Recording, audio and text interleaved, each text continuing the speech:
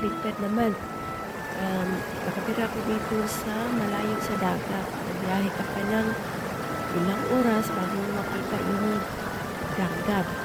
Kasi ang view dito sa tinirahan ko ito,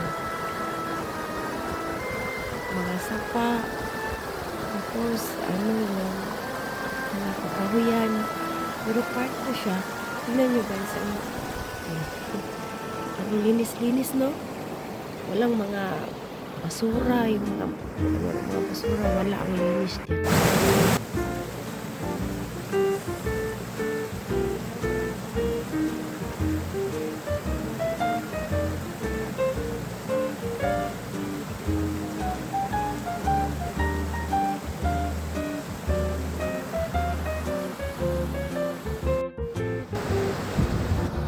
Mag-alas 9 na pala ito ng umaga.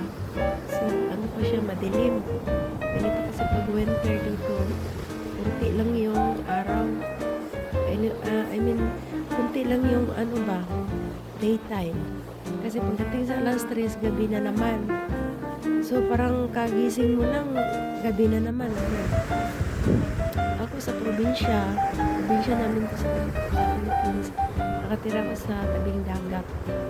So, ito nabaligtad naman. Ito naman, tira ko sa pinakamalayo sa dagat dito sa UK.